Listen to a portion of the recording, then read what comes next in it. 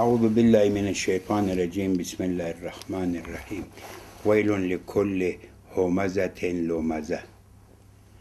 وای بر هر عیبجوی غیبت کننده. درباره تفسیر همزه و لمزه احتمالات زیاد داده وارد شده. قدر متيقنش اینمیه که انسان باید از مسخره کردن و عیبجویی مردم و از غیبت کردن مردم پرهیز کنه، زبان خود به کنترل بیاره. خیلی اوقات میشه که ما و شما میشینیم درباره مردم به گمان خود، به خیال خود به اونا گمان بد پیدا میکنیم و از اونا عیبجویی میکنیم. حرامه، جایز نیه. مسخره کردن مردم حرامه، عیبجویی مردم حرامه. ما اگر خیلی خوبیم اول باید خود اصلاح کنیم، بعد به عیبای مردم برسیم. خود ما هزار عیب داریم. به گمان خود درباره مسلمان انسان عیبجویی کنه حرامه. گمان بد کردن به مؤمن حرامه.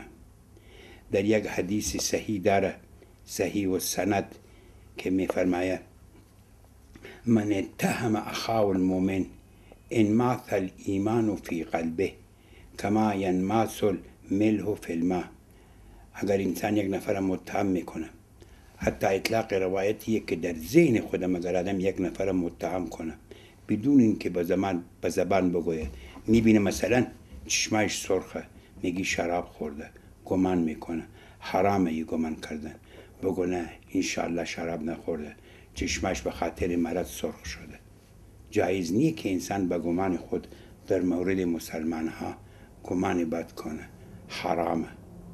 آدم باید مؤمن احترام کنه، درباره مردم بی خود قضاوتای با گمان خود، به خیال خود گمان بد نکنه، به متوجه عیبهای خود باشه. اگر یقین کردی که او عیب داره، حرامی به خودش صحبت کن، او را امر به معروف کن، با خودش بگو.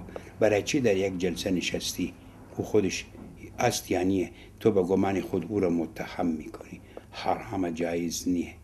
غیبت کردن، غیبت او یک عیبای واقعی مردم در غیابش بگویی، حرامه. قرآن میفرمایه کی از شما راضیه که گوشت برادر مرده خود بخوره؟ او برادر تو را، او مسلمان دیگه برادر توه، او الان غایبه. او غیبتش را قرآن تشبیه میکنه به مرده. ای که آدم عیبی او بیان میکنه مثل که گوشت او خورده باشه. میگه دوست دارن که گوشت برادر مرده خود بخورن، در حالی که شما از این کراهت دارین. بعد شما میایی که گوشت برادر مومن خود بخورن. غیبت کردن ما قسمه. آدم باید این کار نکنه. قرآن میگه وای بر ای افرادی که لمز دارن و همز دارن، یعنی عیبجویی میکنن مردم، برای هر کسی یک عیب میتراشن. این جایز نیه. آدم باید تربیت اخلاقی پیدا کنه و به مردم حرفای بد نزنه، نه در غیابش نه در حضورش. اگر یقین داری که این اشتباه میکنه، کاری بد کرده، با خودش نصیحت کو به آرامی، او را امر به معروف و نهی از منکر کو. اما بیایی بشینی و این با گوشه چشم خود مسخره کن، او را به اشاره دست خود و به زبان خود آدم بیاید توهین کنه به مردم، جایز نیه. ویل لکل همزة لمزة الذی جمع مالا و عدده. او قدر وای بر او کسی که او قدر به دنیا علاقمند شده که فقط کارشیه که پولر جمع میکنه و حساب میکنه. تمام روز به غم حسابای پول خوده که باید رقمش بالا بروه. حلال و حرام او نمیفهمه.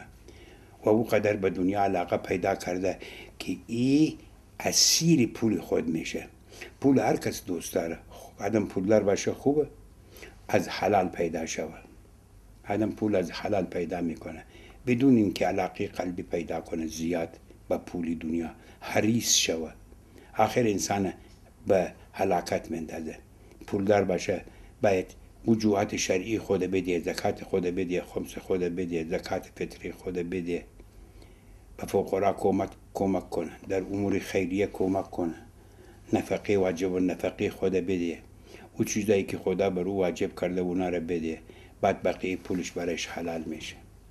اما کل زندگانی خود به امی خلاصه کنه که فقط حرص میدنه که پول زیاد شود و تمام روز مشغول حساب و کتاب خوده که چند شد و چرا بالا نرفته. این کار غلطه. الذي جمع مالا وعدده یحسب ان ماله اخلده. این گمان میکنه که امی پول او را مخلد میکنه. این بدونی به یک روز حوادث واقع میشه، آدم همه پول از دست میده. یکی از خلفای بنی عباس از خلافت عزل کردن، میامد روزای جمعه در نماز جمعه میامد که از مردم گدایی میکرد، میگفت ترحموا علیه، بر من رحم کنین، یک چیز کمک کنین. کنت بالامس امیر المؤمنین، من دیروز امیر المؤمنین بودم، خلیفه بودم. والیوم من فقراء المسلمین، اما امروز من گدا شدم، اما کمک کنین. اینی قسم مقام دست انسان میره، پول میره. اعتماد کلی انسان باید بر خداوند باشه، خدا را رازق خود بدانه و به خدا اعتماد داشته باشه. پول هیچ وقت انسان خوشبخت نمیکنه. خیلی مردمی هستن که به خاطر پول کشته میشن، دزدا میای او را میکشه، پولش را میبره. به پول اعتماد نمیشه. آدم همیشه اعتماد آدم باید به خدا باشه. پول یک وسیله که هم خود انسان از او استفاده میکنه. اولا باید پول حلال باشه، پول مردم نگیره، پول حلال باشه. پول حلال که پیدا کرد واجبات شرعی خود باید از پول بده، هم خودش استفاده کنه، هم واجب النفقهش از او استفاده کنه. یک عده از پولدارا حریصن، از هر رای که باشه پول پیدا میکنه، چی حرام چی حلال، اینا را جمع میکنه، به این فکر نیه. بعد که اونا رو پیدا کرد تمام روز به فکر دیگه که چند شد، در بانک چند دارم، چقدر اضافه شد، چقدر کم شد. کل فکرش به طرف دنیای. او کسی که تمام فکرش به طرف مال باشه، مسلما که او به واجبات شرعی خودم عمل نمیتوانه. خود حتی یک عده پولدارای داریم که بدتر از فقیران، بخل بر اونا مسلط میشه، برای خود و دارم بچه خودم مصرف نمیکنه. این پولی که باعث بدبختی انسان شوه، هیچی به درد میخوره. آدم پول میخواه برای راحتی دین و دنیای خود که باید راحت باشه. این چیزایی که قرآن به ما و شما میگه برای زندگی ما خوبه، هم برای زندگی دنیای ما، هم برای زندگی آخرت ما. یحسب ان ماله اخلده، خیال میکنه که پول او را جاویدان میکنه. نه، نمیکنه. این کار نمیتوانه. باز در یک حدیثی دیگه داره اذل الناس یا اذل الناس من اهان الناس. پسترین مردم او کسیه که مردم توهین کنه به زبان خود. لومزه و همزه می بود دیگه، که به زبان خود به عمل خود مردم توهین میکنه. خیال میکنه خودش فرشته، هرچی انسانهای دیگر که میبینه به نظرش خار میایه، ذلیل میایه، خصوصا فقرا اون را آدم نمیدنه. خیال میکنه تمام آدمیت همیه که پولدار باشه مثل خودش. این یک مسئله دیگر هم بیان میکنه. غالبا انسانهایی که مردم توهین میکنه او کسانیه که از نظر روانشناسی یا از نظر روانکاوی، روانشناسی مغز خودآگاه را میگه، روانکاوی او مغزی که انسان ناخودآگاه داره. خیال میکنه که ما چون در روانکاوی خود احساس حقارت میکنه، مردم هم توهین میکنه. او کسانی که به خود اعتماد به نفس دارن و خود عزیز میدانن، مردم هم عزیز میدانه، مردم هم مثل خود میدانه. مقام داره، منصب داره، پول داره، موقعیت های اجتماعی دارن، علم دارن، اینا باعث تکبر انسان نمیشه. او کسانی تکبر پیدا میکنن علما که علمشان کم، در باطن خود احساس حقارت میکنه، دیگران هم توهین میکنه. اما اگر انسان علم واقعا علم داشته باشه، علم تواضع رو میاره برای انسان. هم در مقابل خدا تواضع میکنه، هم در مقابل مردم تواضع میکنه. من خودم عزیز میدانه، ولله العزة ولرسوله وللمؤمنین. هم مردم عزیز میدانه، همون عزتی که درباره خود داره درباره دیگر هم داره، روابط اجتماعیش خوب میشه. غالبا مردمی که تکبر دارن یا مردم توهین میکنه، او در باطن خود احساس حقارت میکنه. کمبود داره، مردم هم میخواه مثل خود پایین بیاره، توهین میکنه. پسترین مردم در این حدیث میفرمایه کسانیه که مردم توهین میکنه. یه خودش از همه ذلیلتر و پستره. اگر انسان در باطن خود احساس حقارت نکنه، حاضر نمیشه که دیگران را توهین کنه. این تجربه هم شده. غالب متکبرین در باطن خود احساس پوچی میکنن، لذا به وسیله تکبر میخواه اون نواقص باطنی خود جبران کنه و نفس خود ارضا کنه، بدتر میشه. چرا من به او جا برسم و از تربیت اسلامی و اخلاقی دینی دور شم؟ هم به خود احترام داشته باشم، هم به مردم احترام داشته باشم. فقر اونها، مرض اونها، احتیاج اونها، اینا باعث اینه میشه که آدم کسی را توهین کنه. همه بنده های خداییم، اما در پیشگاه خدا میریم. هیچ کس نمیدانه که روز قیامت چیکار میشه. در قرآن نگه خافضة الرافعه اذا وقعت الواقعه لیس لوقعتها کاذبه. خافضة الرافعه یکی از صفات قیامتیه که یک عده بالا میبره، یک عده پایین میاره. اون مردمی که متدینن، آدمای خوبی هن، لکن در دنیا مریض بودن، فقیر بودن، اونا که در قیامت فقیر نیه، اونا رو بالا میبره قیامت. این هایی که پولدار بودن، حلال و حرام سرشان نمیشد، زورگو بودن، ظالم بودن، قرآن اینا را پست میکنه. قیامت اینا را پست میکنه، پست میشن. ما نمیدانیم که در قیامت ما جمله امو پستاییم یا جمله بالاییم. تا واقعیت اشکار نشوه، هیچ کس نمیتونه که بگه ما در قیامت از او بالاترم. این کس نمیتونه که اینجا در دنیا ادعا کنه.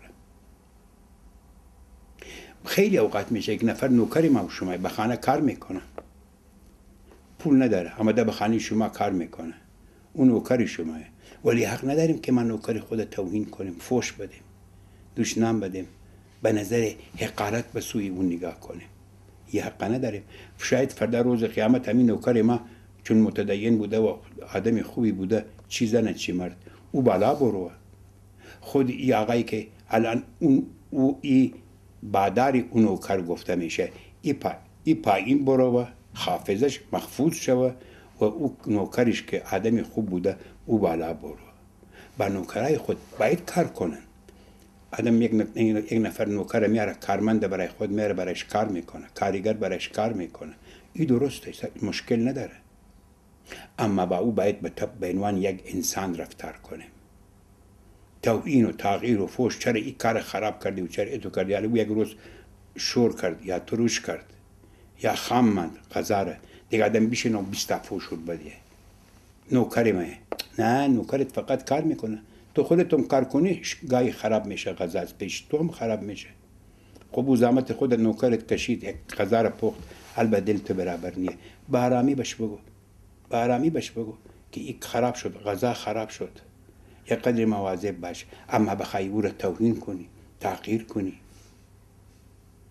جایز نی. اونم مثل تو انسان. این مسائل اجتماعی ما یکی آقا میشه و یکی نوکر میشه. اینا باعث بلند رفتن ما و پایین رفتن اونیه. اونم یک انسان، ما هم یک انسانیم، هر دو انسانیم. حال ما یک پولی بیشتر دارم، او کمتر داره. مو را آوردم که بیا به خانه کار کن. دیگه حق توهینه که نداریم که ما بیاییم نوکرای خود توهین کنیم، فوش بدیم، حرفای زشت به اونا بگویم، فقط به خاطر اینکه اون نوکری ماه. نه، حرام. این اسلام قبول نمیکنه. یک نفر رئیس خیلی خوب لیاقت داشته، مثلا به پارتی بازی رئیس نشده، از روی علم و کمال خود رئیس شده، او باید اداره کنه ریاست خوده، یا وزیر یا رئیس باید اداره کنه، کارمندار باید اداره کنه، ولی در چوکات اخلاق. این فوش بدی و او را فوش بدی و او کارمند خود بگو تو حیوانی و او بگو تو الاغی، کلی اینا حرامه. تکبر ممنوع، توهین کردن ممنوع. استخدام اشکال نداره، آدم به یکی پول میده میگه بیا یک کار بکن، اجاره قانونیه، اشکال نداره. اما توهین کردن، فوش دادن و به او به نظر حقارت نگاه کردن به خاطری که مفلس و محتاج، حرامه. مسلمان مثل تو نباید که بوره چیز کنی، توهین کنی. اینا رو ما باید در زندگانی اجتماعی خود مراعات کنیم. چیزایی که قرآن میگه ما مطابق عقل ماه، وجدان ماه، اینا رو باید درست متوجه شیم. نه دنیا ما رو دیوانه کنه، نه منصب ما رو دیوانه کنه. به حرامی هم آدم از او کار میکشه، کار میخواه قانونی، و هم او را احترام میکنه. مثل ما فردا ممکنه که ما فقیر شیم، او پولدار شو، بعد من نوکری او میشم. خیلی شده، خیلی میشه. در همه حالات باید روابط اخلاقی مراعات شود. انسانیت انسان باید محفوظ باشد. خدا به ما و شما توفیق بده که با ادب باشیم، هم خود با خدا ادب داشته باشیم، هم با انسان ها با ادب و اخلاق صحبت کنیم و رفتار کنیم. والحمدلله رب العالمین.